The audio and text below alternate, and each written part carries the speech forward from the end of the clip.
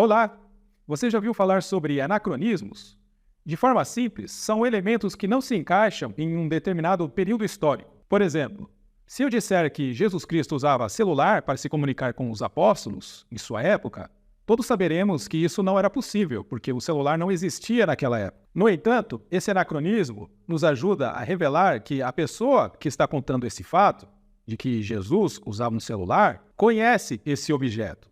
Portanto, essa pessoa ela só poderia viver entre o século XX e o século XXI, onde o celular já existia. Portanto, reconhecer anacronismos, como no Livro de Mórmon, que reivindica ser um registro histórico e antigo, é fundamental para podermos datar o período em que esse livro foi escrito. Será que o Livro de Mórmon apresenta evidências que o situam como uma obra antiga ou uma obra do século XIX? Bem, isso é o que nós vamos analisar no vídeo de hoje.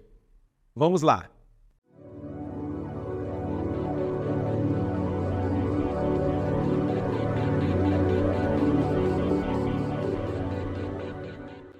Antes de iniciarmos, é preciso deixar claro o que significa anacronismo. Anacronismos são objetos, pessoas, nomes ou conceitos que não pertencem ao período histórico correto. No exemplo desta imagem, temos a família Flintstones assistindo TV na Idade da Pedra. É óbvio que não existia TV naquela época, nem celular. Isso é um exemplo de anacronismo, quando algo que não faz parte daquela época está inserido naquele momento. O Livro de Mórmon é um livro repleto de anacronismos, como veremos. Não quero me ater a todos identificados no livro, mas há alguns que considero importantes de reconhecermos. Antes de analisarmos os anacronismos, gostaria de deixar destacado alguns pontos. Primeiramente, que procurarei usar fontes de pesquisadores isentos de vínculos religiosos. Sabe-se que muitos especialistas vinculados à Igreja e à BYU vem cometendo uma série de equívocos quanto a diversas análises arqueológicas do livro ao longo dos anos, simplesmente por usar o Livro de Mórmon para fundamentar suas análises. Isso não é pesquisa científica. A respeito disso, o Instituto Smithsonian,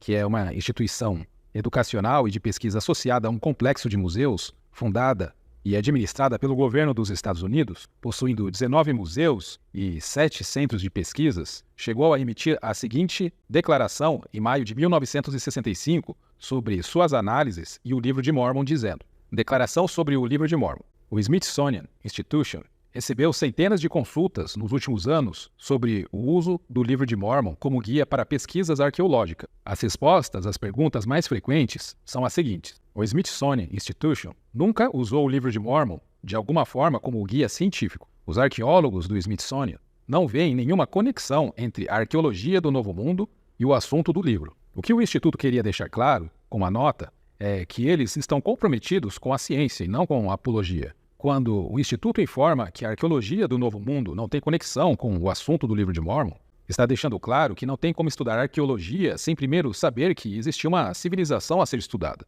No caso do Livro de Mórmon, não existe um personagem Nefe, Lehi ou Moroni histórico. Não existe nenhum personagem no Livro de Mórmon histórico. Na Bíblia, temos diversos personagens que são comprovadamente históricos fora da Bíblia. Quando lemos no Livro de Mórmon, em Osías 8, versículo 8, que havia civilizações tão numerosas quanto as hostes de Israel neste continente e que personagens nefitas encontravam ossos de povos antigos como os jareditas, fica a pergunta: por que, com a vasta população na América hoje, não encontramos evidências de uma civilização hebraica?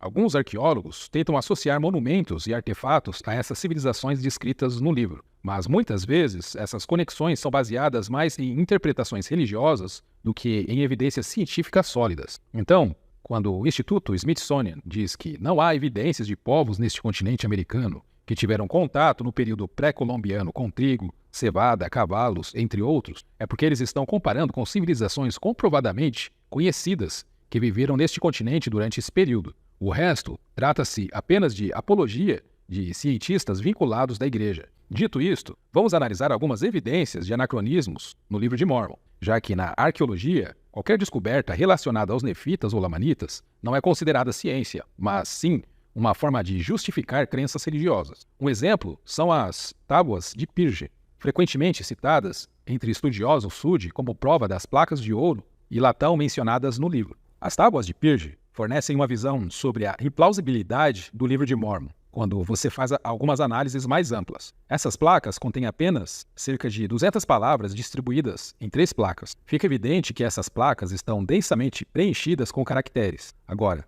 Leve em conta que para que as placas de ouro do Livro de Mórmon funcionassem, elas teriam que conter aproximadamente 66 mil palavras. Essas placas de metais continham pequenos escritos e, na maioria das vezes, imagens. Não eram utilizados placas de metais para produzir livros e grandes registros. Isso apresenta um grande problema, especialmente considerando a narrativa do Livro de Mórmon sobre as placas de latão, que foram obtidas de Labão após Nefe o matar. Essas placas supostamente continham registros extensos e detalhados, o que levanta sérias questões sobre a viabilidade histórica dessa narrativa. De acordo com 1 Nefe 4, versículo 15 a 16, diz que as placas de latão continham a lei de Moisés. O versículo diz: Sim, e pensei também que eles não poderiam guardar os mandamentos do Senhor, segundo a lei de Moisés, a menos que tivessem a lei. Sabia também que a lei estava gravada nas placas de latão. Então, a lei de Moisés estava gravada nas placas de latão. Em 1 Nefe 5, versículos 11 e 12, vai mais além e diz: E viu que continham os 5 livros de Moisés, que faziam um relato da criação do mundo e também de Adão e Eva, que foram os nossos primeiros pais, e também um registro dos judeus, desde o princípio até o começo do reinado de Zedequias, rei de Judá. Conforme relatado por Nefe, as placas de latão continham uma compilação dos livros de Moisés e a lei mosaica, estabelecendo uma conexão cultural e religiosa entre os nefitas e seus parentes do Velho Mundo. Essas palavras também incluíam uma genealogia detalhada dos pais de Leí, remontando até José, estabelecendo assim uma ligação genealógica entre Leí, Abraão, Isaque e Jacó, e perpetuando o convênio patriarcal. Além disso, as placas continham um relato mais abrangente dos povos e eventos do Antigo Testamento do que o encontrado na Bíblia. Há uma série de problemas aqui, mas é importante destacar o quão anacrônica é essa narrativa do Livro de Mórmon. A maioria dos estudiosos, atualmente, conclui que o Pentateuco não foi escrito até o século VI, ou, mais provavelmente, no século V a.C. Isso implica que, quando Leí partiu, em 587 anos antes de Cristo, esses 5 livros de Moisés, com exceção de Deuteronômio, provavelmente nem sequer haviam sido escritos até aquele momento. Aparentemente, quem escreveu o Livro de Mórmon achava que os livros da Bíblia estavam sendo escritos em tempo real e transmitidos, o que não é verdade. Israel Finkelstein e Neil Asher Silberman abordam exatamente essas questões em seu livro que diz: os estudiosos há muito notaram que a fonte sacerdotal no Pentateuco é, na maior parte, pós-exílica. Está relacionada com a ascensão dos sacerdotes à proeminência na comunidade do templo em Jerusalém. Não menos importante, a redação final do Pentateuco também data deste período. O estudioso bíblico Richard Friedman deu um passo além e sugeriu que o redator que deu a forma final à lei de Moisés foi Esdras, que é especificamente descrito como o escriba da lei do Deus do céu. Independentemente de quem escreveu o Pentateuco, há um consenso entre os estudiosos que o livro não foi escrito no período de Moisés, e boa parte dele no período pós-exílico. Podemos perceber que Moisés não foi o autor do Pentateuco baseado nos anacronismos que podem ser percebidos no livro. E é exatamente por meio dos anacronismos que podemos concluir, no decorrer do vídeo, que o Livro de Mórmon também não é um produto de seu tempo. Em Gênesis 12:6 diz: Abraão atravessou a terra até o lugar do carvalho de Moré, em Siquém. Naquela época, os cananeus habitavam esta terra. Neste versículo, há uma menção de que os cananeus estavam na terra. A questão aqui é que o autor parece estar escrevendo sobre eventos passados, como se os cananeus já não estivessem mais lá quando ele estava escrevendo. Por isso ele diz, naquela época. Isso sugere que o autor estava falando sobre os cananeus de uma perspectiva posterior, como alguém que olha para trás para escrever uma história, em vez de falar sobre uma situação presente. Isso levanta a questão de quem escreveu essa parte do texto, já que Moisés, se fosse o autor, não poderia ter escrito sobre eventos que ocorreram após sua própria vida. Em Deuteronômio 34, 5-8, deixa isso mais claro e diz: Assim morreu ali Moisés, servo do Senhor, na terra de Moabe, conforme a palavra do Senhor. E o sepultou num vale, na terra de Moabe, em frente de Bet-Peor. E ninguém soube até hoje o lugar de sua sepultura. Era Moisés da idade de 120 anos quando morreu. Os seus olhos nunca se escureceram, nem perdeu o seu vigor. E os filhos de Israel prantearam a Moisés 30 dias, nas campinas de Moabe. E os dias do pranto, no luto de Moisés, se cumpriram. Essa passagem claramente indica que Moisés não é o autor de Deuteronômio, uma vez que seria impossível para ele escrever sobre a sua própria morte, sepultamento e o luto do povo por 30 dias após a sua morte. Portanto, o autor é outra pessoa e, como vimos, é consenso entre os estudiosos que o Pentateuco foi escrito após a saída de Leí e sua família de Jerusalém. Isso cria um grande problema anacrônico na narrativa do Livro de Mórmon, com as placas de latão. No entanto, há mais problemas envolvidos. É importante considerar que a ideia de um códice nem sequer era praticada até o século IV da Era Comum. Antes disso, os livros da Bíblia eram geralmente mantidos em rolos separados, que poderiam ter sido mantidos juntos por líderes religiosos, mas não seriam encadernados em um único volume, como nas placas de latão. Em outras palavras, mesmo que alguém acredite que Leí possuía os 5 livros de Moisés, contra a evidência de que eles ainda não haviam sido compilados, é improvável que eles tenham sido reunidos em um formato de códice, conforme registrado pela Enciclopédia Britânica, que diz: o códice grego mais antigo existente, que se diz datar do século IV, é o Códice Sináitico, um manuscrito bíblico escrito em grego. Também importante é o Códice Alexandrinos, um texto grego que provavelmente foi escrito no século V. A maioria desses códices estavam escritos em grego. Uma opção praticamente inviável seria colocar o Pentateuco em egípcio, em códice egípcio naquela época, já que, para um judeu, naquele período, ler o Pentateuco em hebraico era essencial para se entender a lei de Deus, sem distorções, porque consideravam a sua língua sagrada. A respeito disso, Alex Douglas faz o seguinte comentário em seu livro: quando Leí deixou Jerusalém, 600 anos antes de Cristo, ele mandou seus filhos de volta para buscar as placas de latão.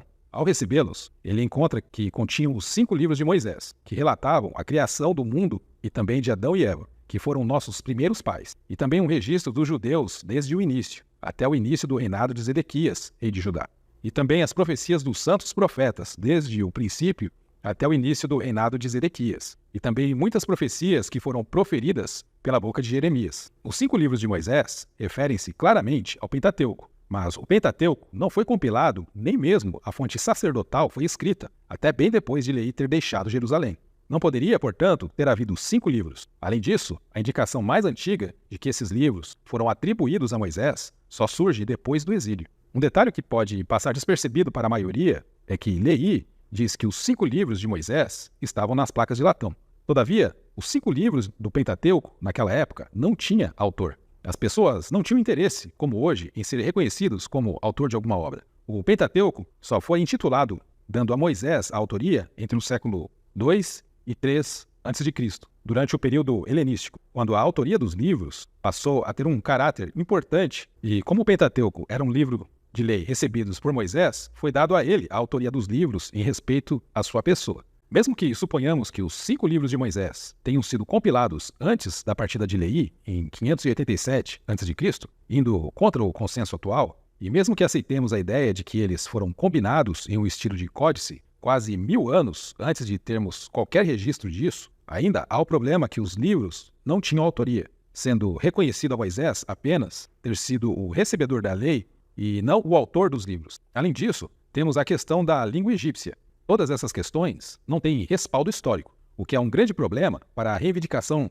da veracidade de um livro sem vestígio. Com relação à gravação desses livros nas placas, nos deparamos com os mesmos desafios encontrados no livro de Mórmon, especialmente em relação ao cálculo de palavras envolvido. Apenas os 5 livros de Moisés contêm 156.916 palavras. E isso nem aborda o vasto material que se diz estar nas placas de latão, além desses 5 livros. As 3 placas de Pirge contêm cerca de 200 palavras. Apenas os 5 livros de Moisés contêm mais de 156.000 palavras em inglês. Isso implicaria que seriam necessárias quase 800 placas apenas para os 5 livros, sem considerar o restante do material mencionado nas placas das quais se fala. Imagine ter 800 placas de latão carregadas de discos. Isso se torna absurdo quando você realmente analisa esse problema e percebe como cada camada gera outro desafio, que é agravado pelo próximo. Mesmo que concordássemos que o idioma permitiria a metade dos caracteres, ainda precisaríamos de uma coleção de pelo menos 400 placas. Ou Leí e sua família carregava as provisões no deserto, ou carregava as placas. Um outro problema anacrônico no livro de Mórmon é relacionado aos escritos de Isaías. Os estudiosos dividem Isaías em 3 partes: os capítulos 1 a 39, considerados como Isaías original, os capítulos 40 a 45, atribuídos ao Deutero Isaías, e os capítulos 56 a 66, associados ao Trito Isaías. Estudiosos argumentam que o Isaías original viveu nos séculos 8 e 7 a.C., enquanto o Deutero Isaías teria sido escrito após o exílio babilônico, por volta de 586 a.C. Isso levanta questões, já que o livro de Mórmon, que data de cerca de 600 anos antes de Cristo, cita extensivamente Deutero Isaías, supostamente escrito após esse período. O Wikipédia faz a seguinte relação dos ensinamentos apresentados no segundo Isaías, mais conhecido como Deutero Isaías, que diz: O segundo Isaías pode ser subdividido em duas partes. Os capítulos 40 a 48, a queda da Babilônia, libertação por Ciro II. Os capítulos 49 a 55, contendo a restauração de Sião, insistência no universalismo da salvação. Portanto, a partir dos capítulos 40 de Isaías, já começa a criar um grande problema para a narrativa do livro de Mórmon, tornando-se anacrônico. A respeito disso, o Dr. Bokovoy fez a seguinte consideração sobre Deutero-Isaías aparecendo no livro de Mórmon. Uma das perspectivas mais perspicazes defendidas pelos principais estudiosos da Bíblia envolve o desenvolvimento histórico do livro de Isaías. Desde o século XX, todos os principais estudiosos têm defendido a posição de que os capítulos 40 a 66 foram escritos após o exílio judaico na Babilônia, cerca de 586 a.C. Os estudiosos normalmente identificam o material exílico entre os capítulos 40 e 55, pelo título Deutero-Isaías, e o material pós-exílico entre os capítulos 56 e 66, pelo título Trito-Isaías, embora essas obras possam ter sido escritas por vários autores. Isso significa, claro, que a segunda metade do livro de Isaías não foi escrita pelo Isaías histórico, um profeta que viveu em Jerusalém durante o 8º século a.C. Para os santos dos últimos dias, isso representa um desafio direto para os paradigmas tradicionalmente mantidos em relação ao livro de Mórmon, uma vez que parte deste material não é apenas atribuído a Isaías, mas teve um impacto significativo sobre o livro de Mórmon. Se os principais estudiosos estiverem corretos, então este material não estaria disponível para a família de Leí como algo que eles poderiam levar consigo para a América. Aqui vemos a quantidade de capítulos de Deutero-Isaías citados no livro de Mórmon que não deveriam estar no livro. As razões pelas quais os estudiosos podem datar este material de Deutero-Isaías no período pós-exílico são múltiplas e quero resumi-las rapidamente aqui. O capítulo 45 de Isaías mencionou Ciro, o rei que libertaria os judeus, pelo nome. Isso indica que o escritor deste material estava ciente deste evento histórico, e é por isso que eles puderam fornecer detalhes como escrever Ciro pelo nome. A influência de Jeremias no material de Deutero-Isaías apresenta uma questão de linha de tempo, já que Jeremias viveu depois do Isaías histórico.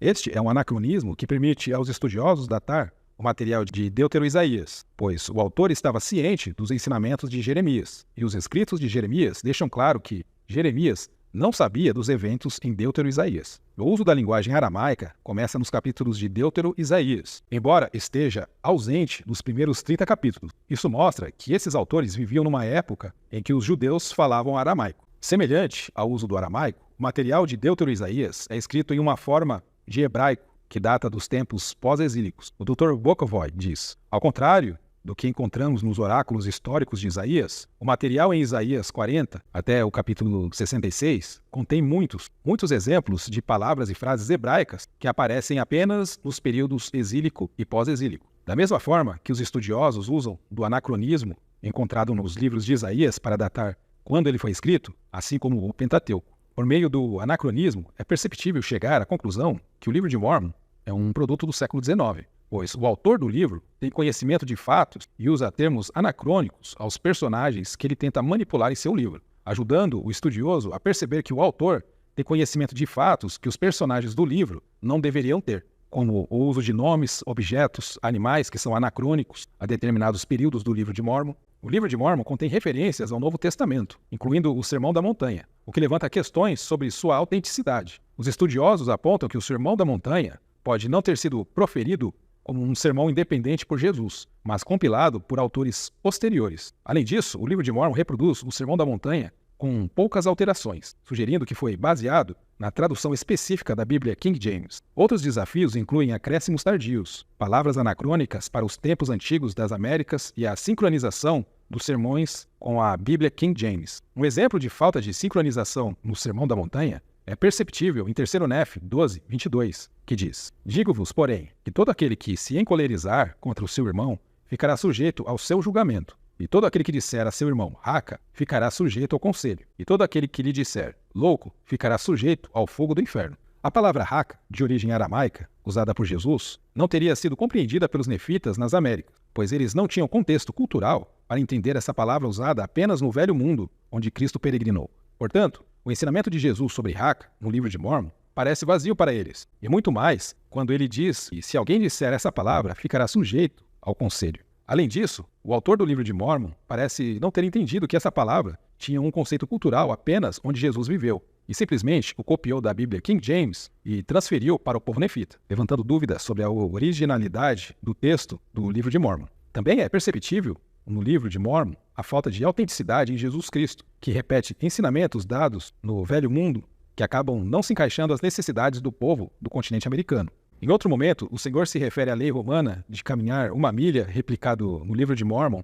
em 3 Nef 12:41, dizendo: "E se alguém te obrigar a caminhar 1 milha, vai com ele 2." Essa citação refere-se a uma prática romana, em que os soldados romanos tinham o direito de obrigar qualquer cidadão judeu a carregar bagagens ou outros itens por 1 milha, o que era visto como um ato de opressão. Esse tipo de tratamento invasivo, naturalmente, poderia gerar um desejo de vingança por parte dos judeus. No entanto, a menção dessa prática romana, presente em 3 Nef 12:41, no livro de Mórmon, é exatamente igual à encontrada na versão da Bíblia King James. Esse detalhe não teria relevância para as pessoas que viviam nas Américas, pois se referia a uma lei romana, mas isso não teria ficado claro para o escritor do livro de Mórmon, sem conhecer a história por trás dele.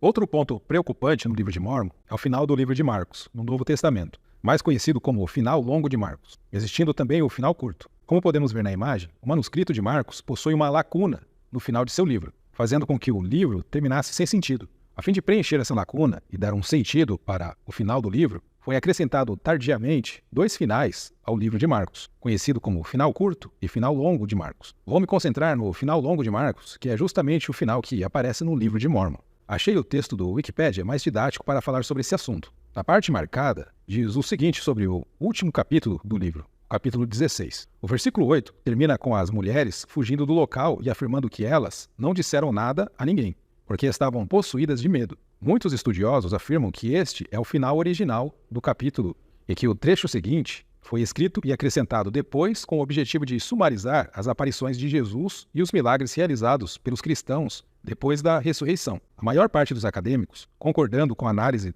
do crítico textual Bruce Metzger, acredita que, de fato, o trecho não era parte do texto original de Marcos. Outro trecho apresenta hipóteses já discutidas do motivo de uma inclusão ao final de Marcos. Uma das hipóteses diz: Marcos escreveu um final, mas se perdeu acidentalmente, talvez como parte de um rolo que não foi rebobinado ou a última página de códice que se destacou. Acidentes comuns em manuscritos. E alguém, ainda no século II, compôs o final longo, como um remendo, baseando-se em passagens paralelas em outros evangelhos canônicos. Marcos escreveu um final, mas ele foi suprimido e substituído pelos versículos do capítulo 16, 9 ao 20, um pastiche de passagens paralelas de outros evangelhos canônicos. Todavia, independentemente das hipóteses, é um fato que o final longo de Marcos não pertence a Marcos e foi um acréscimo tardio para dar um sentido ao final do livro. De acordo com as opiniões acadêmicas, atualmente, a maioria dos estudiosos da Bíblia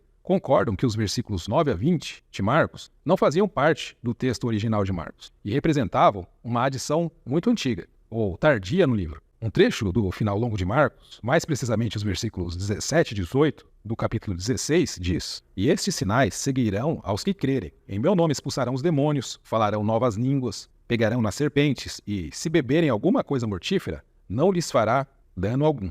E porão as mãos sobre os enfermos e os curarão." Este texto, acrescido muito tempo depois e que nenhum nefita tinha acesso vivendo no continente americano, aparece no livro de Mórmon.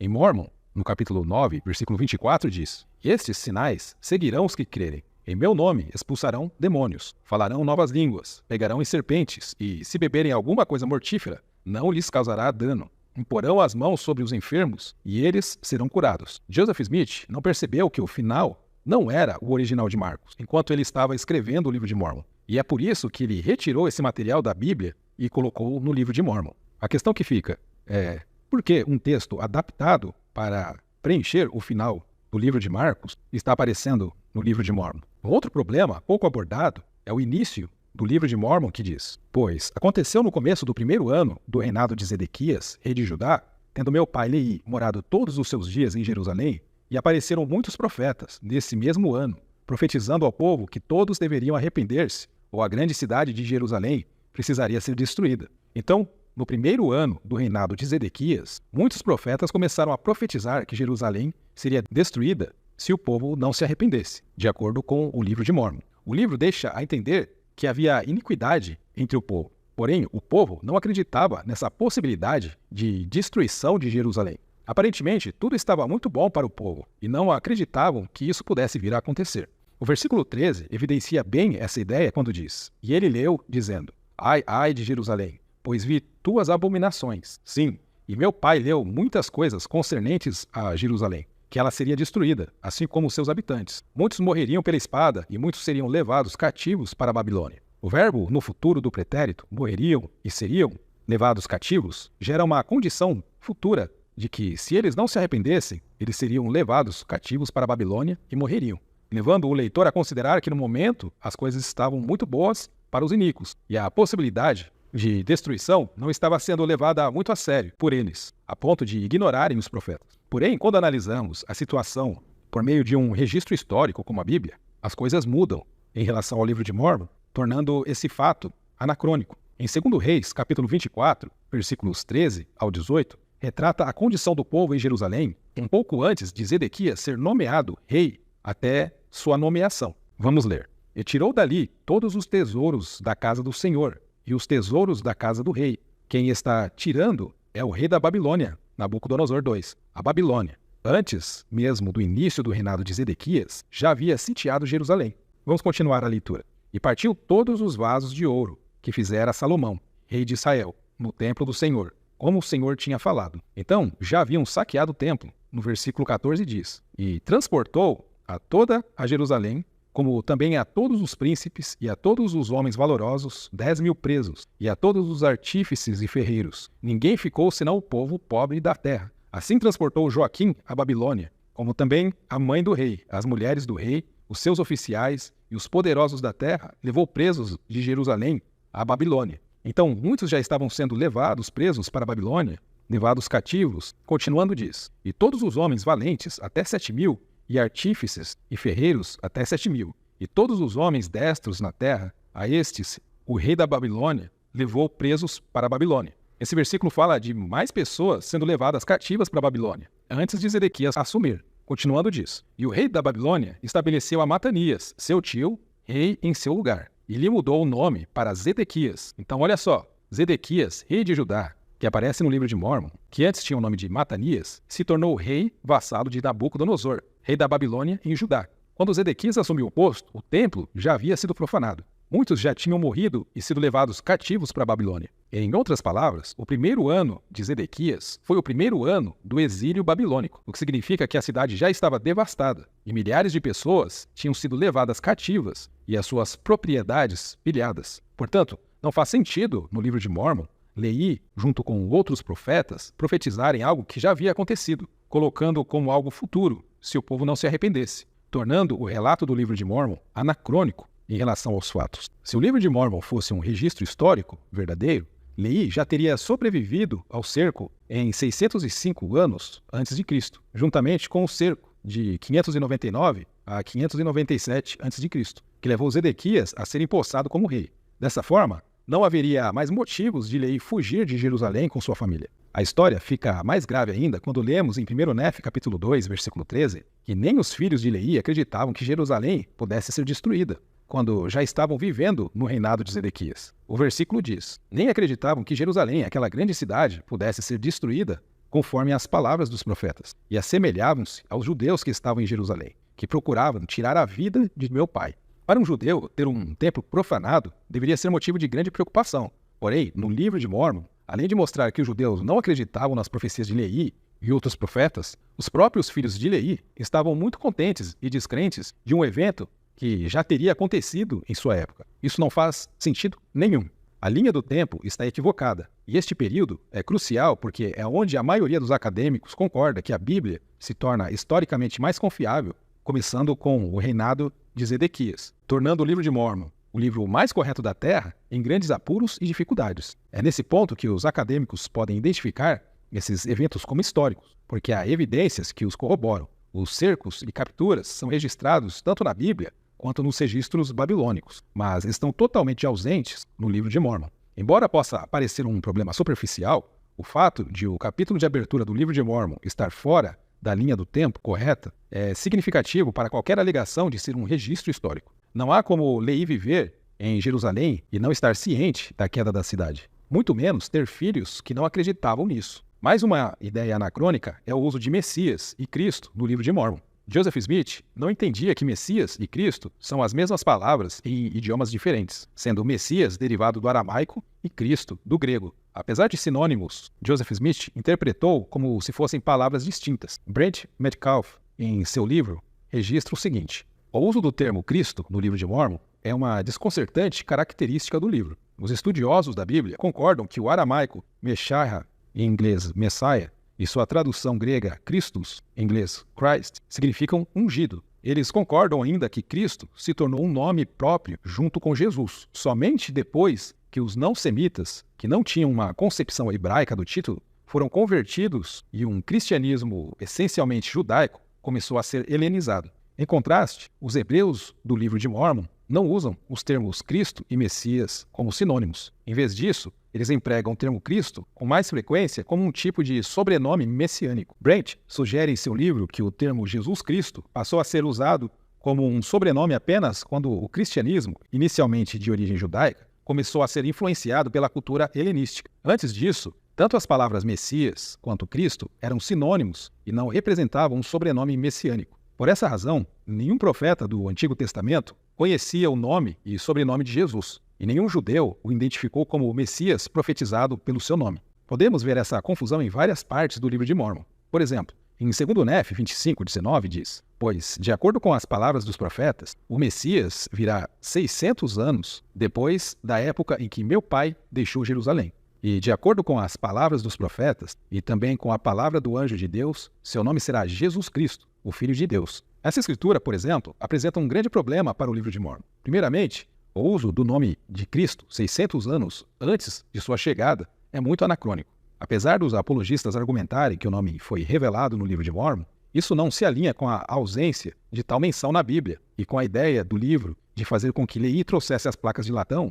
para manter uma tradição judaica neste continente. Em segundo lugar, isso sugere que o autor do livro de Mórmon pode não ter compreendido completamente a linguagem associada ao Messias e a Cristo, o que representa um problema evidente que custou a toda a civilização do livro de Mórmon, antes de Cristo, já viverem um cristianismo do século XIX, muitos séculos antes das revelações dos profetas do Velho Testamento, e o povo judeu do Velho Continente terem esse conhecimento. Thomas Odear faz a seguinte consideração sobre o cristianismo do livro de Mórmon, séculos antes da vinda de Cristo, dizendo: mais interessante, porém, é a atitude da maior parte do livro em relação a Cristo. Apesar do seu caráter presumivelmente pré-cristão, ao longo do livro, profetas e pregadores falam de Cristo, Jesus Cristo, o Filho de Deus, e predizem com impressionante clareza sua morte e ressurreição. As doutrinas cristãs da ressurreição, do batismo, da fé na expiação e assim por diante são os artigos de crença comuns dos profetas nefitas e de seu povo. É como se o autor não pudesse imaginar a esperança messiânica hebraica em quaisquer outros termos que não cristãos. Ao longo do livro, não há uso do termo messiânico filho do homem, embora este seja aquele que Cristo geralmente identificava consigo mesmo em seu próprio ministério. As expectativas dos nefitas são as dos protestantes do século XIX e não as dos hebreus bíblicos. Essa confusão com os nomes Messias e Cristo é o mesmo problema que identificamos em vídeo posterior neste canal, sobre o nome de Elias e Elijah, que também foi objeto de confusão para Joseph, que em diversos momentos é perceptível o uso da Bíblia King James no próprio livro de Mórmon, transferindo até mesmo as falhas na tradução das primeiras versões da Bíblia King James para o livro de Mórmon. Na Bíblia King James, o nome Elias é escrito como Elijah no Velho Testamento, conforme língua hebraica. Porém, no Novo Testamento, a mesma Bíblia King James mudava a escrita de Elijah do hebraico para Elias do grego. Isso fez com que Joseph acreditasse tratar de duas pessoas distintas, sendo que, na realidade, tratava-se da mesma pessoa. Todavia, na revelação que se encontra em Doutrina e Convênios 110, Joseph fala de dois Elias distintos, e é perceptível no manuscrito que ele acredita ser duas pessoas ao escrever um Elias no hebraico, Elijah, e outro Elias no grego. É lógico que dentro da religião haverá sempre justificativas para os mais absurdos que Joseph possa cometer, baseado em justificativas dos estudiosos da própria religião, pois é uma questão de tratar e retocar a fé dos fiéis para que permaneçam fiéis à narrativa. Porém, para um bom pesquisador, a falha é muito evidente. Um outro termo anacrônico é a palavra sinagogas. Alex Douglas diz o seguinte: o livro de Mórmon frequentemente se refere ao seu local de adoração como uma sinagoga, embora as sinagogas só tenham existido séculos depois de Leí ter deixado Jerusalém. Assim, os iníquos amalequitas construíram sinagogas segundo a ordem dos Neores. De fato, em consulta a Alma 21.4, a palavra sinagoga é referenciada, sendo que os judeus só começaram a se reunir em sinagogas e usar esse termo após o exílio, não sendo possível ao povo do Livro de Mórmon nomear esses locais de adoração com esse nome que não lhes era conhecido quando saíram de Jerusalém. Nesse sentido, não é possível aos apologistas criarem justificativas que os povos do Livro de Mórmon replicaram nomes do Velho Continente nas Américas, como costumam justificar em relação ao nome de animais anacrônicos ao período do Livro de Mórmon.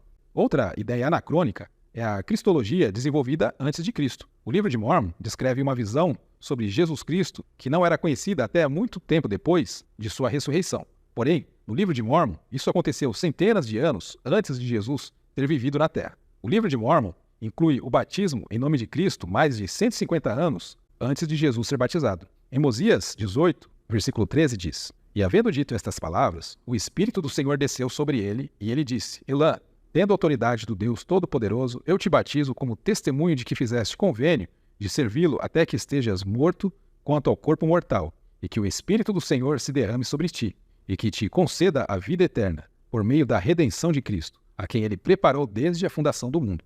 Ainda mais direto ao ponto, o Livro de Mórmon afirma logo no início a necessidade de ser batizado em nome de Jesus. Em 2 Nefe, diz: "E agora, se o Cordeiro de Deus, sendo santo, terá necessidade de ser batizado com água para cumprir toda a retidão, quanto mais necessidade não teremos nós, sendo impuros, de sermos batizados, sim, com água?" Então, séculos antes, já se falava do batismo de Cristo e da necessidade de seguir a Cristo pelo batismo, o que fere toda a tradição judaica da época. No versículo 12 diz: "E também veio a mim a voz do Filho dizendo: Aquele que for batizado em meu nome, o Pai dará o Espírito Santo, como a mim. Segue-me, pois, e fazei as coisas que me vistes fazer." Também falava do recebimento do Espírito Santo antes mesmo de Cristo prometer o Consolador após sua ida. Algo que não tinha muito a ver com um povo que deveriam estar vivendo as leis mosaicas. Embora se argumente que o conceito do batismo foi revelado no Livro de Mórmon, as pessoas são batizadas em nome de Cristo antes mesmo de sua morte. Além disso, Nefe reescreve Isaías para falar sobre o batismo, o que é problemático porque Isaías 48 é parte do Deutero Isaías, que não teria sido escrito antes de Leí partir com as placas de latão. Em 1 Nefe 20, versículo 1, replica Isaías da seguinte forma: "Escuta e ouve isto, ó casa de Jacó, que é chamada pelo nome de Israel, que saiu das águas de Judá, ou seja, das águas do batismo, que jura pelo nome do Senhor e que faz menção do Deus de Israel. Contudo, não jura nem em verdade, nem em retidão." O autor do livro reinterpreta Isaías acrescentando que as águas de Judá são as águas do batismo, o que não é afirmado pelo texto original de Isaías. Isaías, em seu livro, no capítulo 48, versículo 1, diz: "Ouve isto, casa de Jacó, que vos chamais do nome de Israel, e saístes das águas de Judá, que jurais pelo nome do Senhor, e fazeis menção do Deus de Israel, mas não em verdade, nem em justiça." Em nenhum momento Isaías fala de águas de batismo, mas fala de águas de Judá, retratando como se fosse algo passado. Os estudiosos da Bíblia não interpretam Isaías como falando sobre o batismo nesse versículo, e é possível encontrar uma variedade de comentários sobre isso no Bible Hub. Ellicott, por exemplo, diz o seguinte sobre o que é as águas de Judá, dizendo: "Saíram das águas de Judá." As palavras limitam os termos mais amplos de Jacó e Israel aos exilados da Judéia, para a frase "vós que sois das fontes de Israel", e dá a referência de Salmos 68, 26, que fala sobre Israel. Benson também faz o seguinte comentário: "E saíram das águas de Judá", que significa da linhagem de seu progenitor, Judá, como as águas fluem de uma fonte. A Bíblia de Cambridge interpreta da seguinte forma: "das águas de Judá." A metáfora pode ser explicada no Salmo 68, 26, onde o ancestral da nação é comparado a uma fonte ou cisterna. Talvez seja melhor, entretanto, ler Consecker, que traduzido significa "das entranhas de Judá", como em Isaías 48, 19. Ou seja, todas as referências direcionam para um entendimento de uma fonte, de uma origem, e não de um batismo. Esse é mais um exemplo em que Joseph Smith modifica um texto de Isaías para encaixá-lo na narrativa do Livro de Mórmon, algo que não apenas carece de respaldo pelos estudiosos, mas também é refutado por eles. Os apologistas muitas vezes apontam para o mikvah como uma possível prova de batismo pré-cristão, mas sabem que não é a mesma coisa. Eram rituais de limpeza que eram repetidos pelas pessoas várias vezes em sua vida para permanecerem aptas a exercerem rituais. muito utilizado para a lavagem de purificação para a entrada no templo. Aqui enumero algumas razões para a prática da Tevila, o ritual de imersão judaico, para vermos que não tem qualquer relação com esses batismos sendo feitos no livro de Mórmon. A Tevila era feita para convertidos ao judaísmo. Se fosse um batismo, as pessoas nascidas no convênio teriam que ser batizadas. Isso não acontece, pois era considerado impuro apenas os convertidos. É estritamente para os gentios. Além disso, era utilizado para outros tipos de limpeza. Por exemplo, para os homens, depois de ejacularem. Para as mulheres, após o término da menstruação.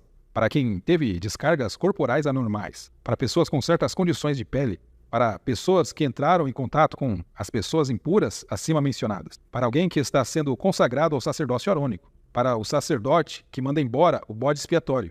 E para alguém que tocou um cadáver ou um túmulo. Então, nessas condições, eles eram então lavados e imergidos na água para serem purificados. Isso não tem qualquer relação com os batismos cristãos acontecendo nas Américas 150 anos antes da vinda de Cristo. Além disso, os levitas já sabiam o nome de Cristo, coisa que os judeus não sabiam. E isso acontece porque Joseph Smith está colocando sua visão de mundo em seu livro. É importante notar que muitos estudiosos da Bíblia, incluindo o Dr. Bart Ehrman, um estudioso do Novo Testamento, considera João Batista como um pregador apocalíptico que acreditava na iminência do fim do mundo. Bart diz: e por que isso é significativo? Jesus sendo um seguidor de João Batista, para entender Jesus como um apocalipsista, por causa do que João representava. Obtemos a expressão mais clara dos pontos de vista de João, em nosso primeiro relato de sua pregação. Aqui, João é mostrado como um proclamador da destruição apocalíptica iminente, como ele diz ao exortar as pessoas ao arrependimento. O machado já está posto à raiz da árvore. Toda árvore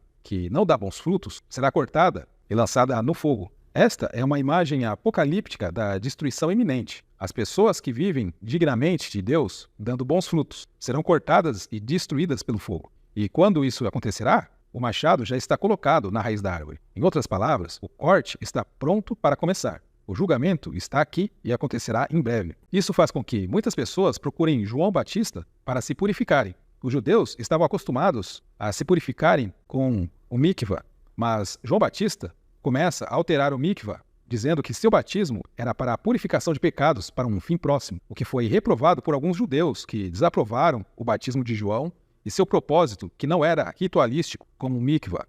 E então João se refere que o batismo dele era para a purificação do pecado, mas que viria alguém após ele que batizaria com fogo e com o Espírito Santo, se referindo ao batismo de Jesus. Em suma, João Batista era um judeu que estava dando um novo significado ao ritual de limpeza da Tevila, para garantir que as pessoas estivessem limpas antes do fim dos tempos, quando viria alguém após ele que batizaria com fogo. Portanto, quem ressignificou a ideia de limpeza da Tevila foi João Batista. Por isso, é difícil usar isso como evidência dos batismos pré-cristãos desenvolvidos no livro de Mórmon.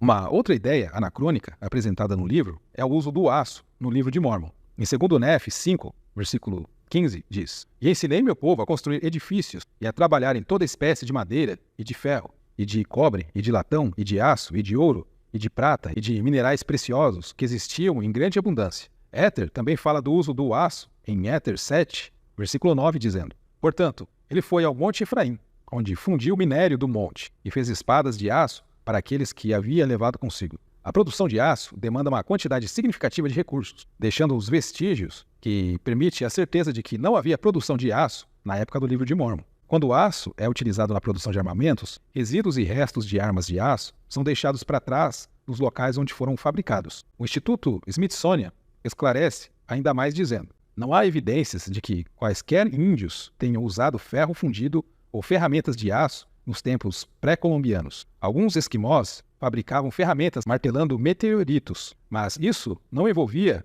a fundição de minério de ferro. Há muitas evidências de que os índios americanos não sabiam fundir ferro. Além disso, as vantagens advindas da produção de aço são significativas e não seriam facilmente esquecidas. Isso levou alguns apologistas a sugerir que o termo aço, no livro de Mórmon, pode não se referir exatamente ao metal, como o conhecemos. A Fair Mormon, um site defensor apologista da igreja, oferece uma resposta a essa questão do site Letter for My Wife, carta para minha esposa, dizendo: o autor assume que aço se refere ao aço moderno, que não existia na América pré-colombiana. O aço foi encontrado no Velho Mundo no período de tempo apropriado. Se prestarmos atenção, o questionamento do Letter for My Wife era a respeito do aço no Novo Mundo. e o Fair Mormon responde usando uma evidência do Velho Mundo, local onde os nefitas não tinham qualquer relação.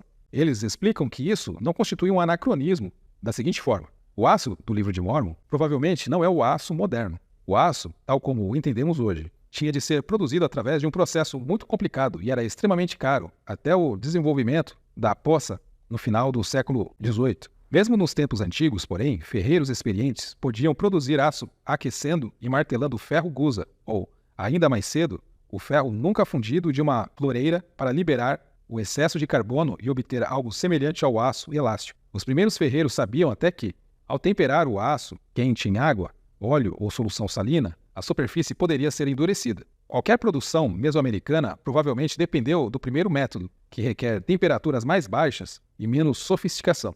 A espada de aço de Labão não é anacrônica. Os ferreiros do Oriente Médio fabricavam aço no século X a.C.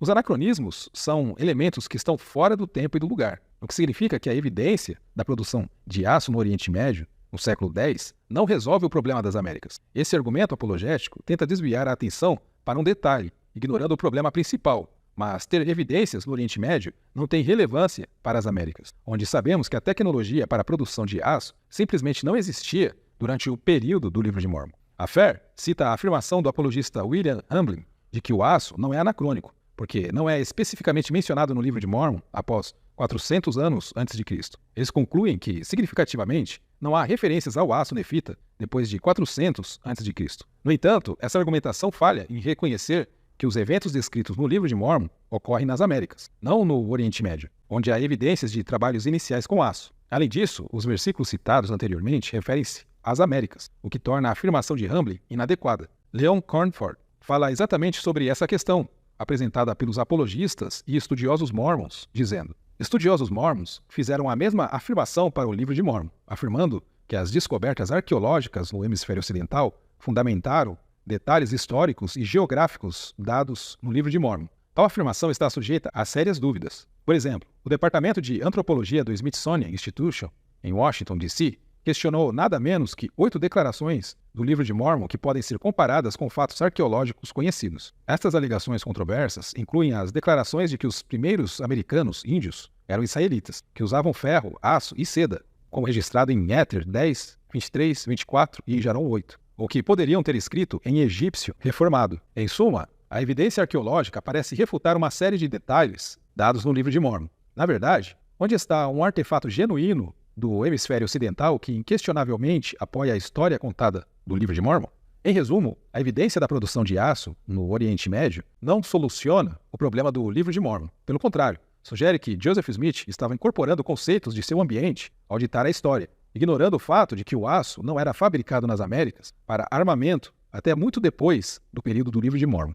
A noção de trigo e cevada estarem disponíveis nas Américas durante o período do Livro de Mormon é claramente anacrônica. Citarei um exemplo do Instituto Maxwell para ilustrar essa questão, que diz: cevada e trigo no Livro de Mormon. Das mais de 28 referências a grãos no Livro de Mormon, a cevada é mencionada 4 vezes, em Mosias e Alma, e o trigo, uma vez em Mosias, 9:9. Essas referências à cevada e ao trigo, num antigo registro americano, têm intrigado alguns leitores, porque é geralmente assumido que a cevada e o trigo domesticados foram introduzidos no Novo Mundo pelos europeus depois de 1492. A pesquisa sobre esse assunto apoia 2 explicações possíveis. Primeiro, os termos cevada e trigo, conforme usados no Livro de Mormon, podem referir-se a certas outras plantas cultivadas do Novo Mundo, que receberam designações do Velho Mundo.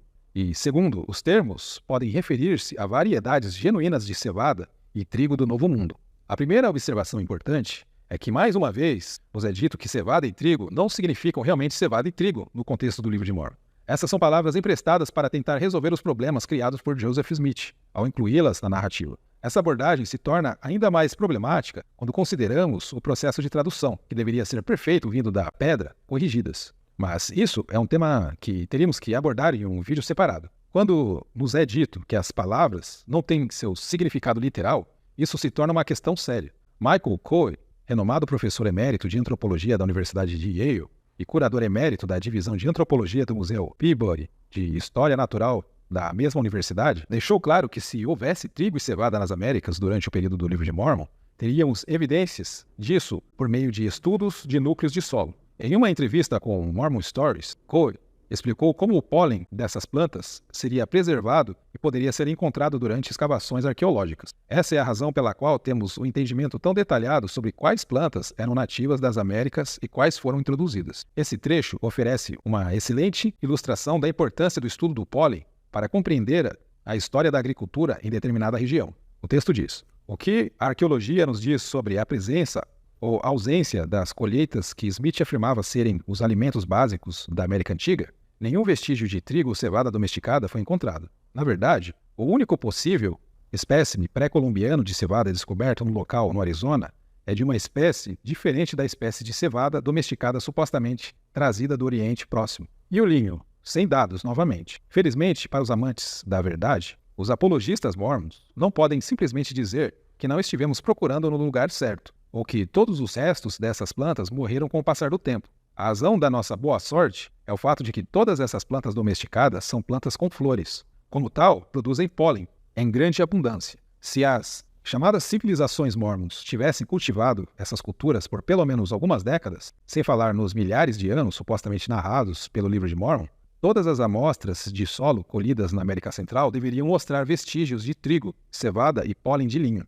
O pólen é um dos objetos naturais mais indestrutíveis conhecidos. Um exemplo do tipo de pesquisa que mostra que a agricultura do livro de Mormon é uma fantasia do século XIX é o artigo de David J. Hoy, de 1987, da Nature, intitulado Early Agriculture and Early Post-Classic Maya Occupation in Western Honduras. Ao estudar amostras de solo do Lago Yojoa e do Pântano Petapida, ambos no oeste de Honduras, Hoy conseguiu reconstruir a história agrícola da região desde uma época de 4.770 anos, antes do presente, até os tempos modernos. Ele sabia, pelo pólen, quando a região estava florestada, quando a floresta foi cortada e queimada para a agricultura, quais culturas foram cultivadas e por quanto tempo. Embora tenha encontrado registros claros de pólen de milho e amaranto, dois alimentos básicos dos ameríndios, ele não faz menção ao pólen de trigo, cevada ou linho.